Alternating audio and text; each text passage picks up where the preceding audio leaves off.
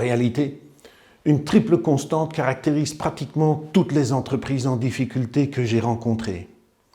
La première est que peu ou prou, elles sont à la fois en grand danger de discontinuité à brève échéance et en difficulté de trésorerie très importante à tout court terme. La deuxième caractéristique de l'entreprise en difficulté est ce sentiment de déni, plus ou moins largement répandu parmi toutes les catégories de stakeholders, des actionnaires aux délégués syndicaux, en passant par les managers, les fournisseurs et parfois même certains banquiers. Ils n'en croient pas leurs yeux.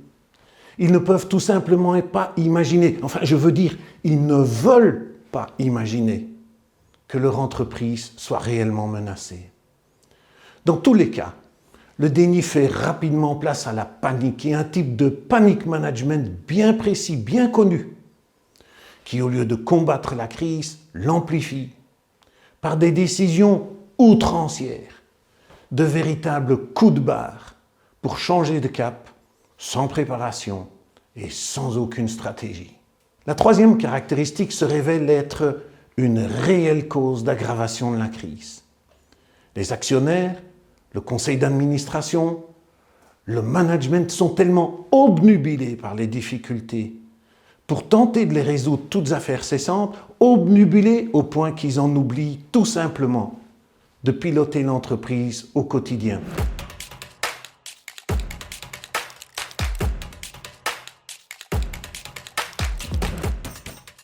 Le secret ou la recette, c'est d'anticiper les difficultés, de préparer différents scénarios pour que, si la crise advient, et quand elle advient, les équipes à tous les niveaux réagissent immédiatement, comprennent tout de suite qu'il y a une crise et qu'elle est intense, et qu'ils réagissent avec lucidité.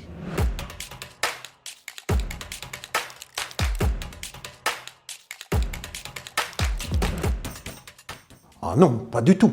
Et j'en ai même connu beaucoup plus qui étaient dans cette situation inconfortable de se retrouver dans une crise majeure de discontinuité et qui ne s'y étaient pas préparés.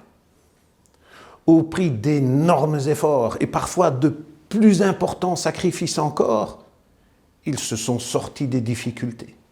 De la médiation à la PRJ par transfert, en passant par l'accord amiable avec quelques créanciers, ou même la faillite.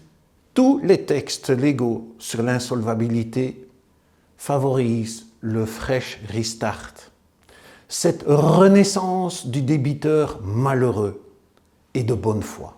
Dans ces conditions, recourir à un bon cabinet d'avocats et ou à un crisis manager expérimenté, tous les deux spécialisés dans ces matières, recourir à ces spécialistes fait alors partie à la fois du diagnostic et de la solution.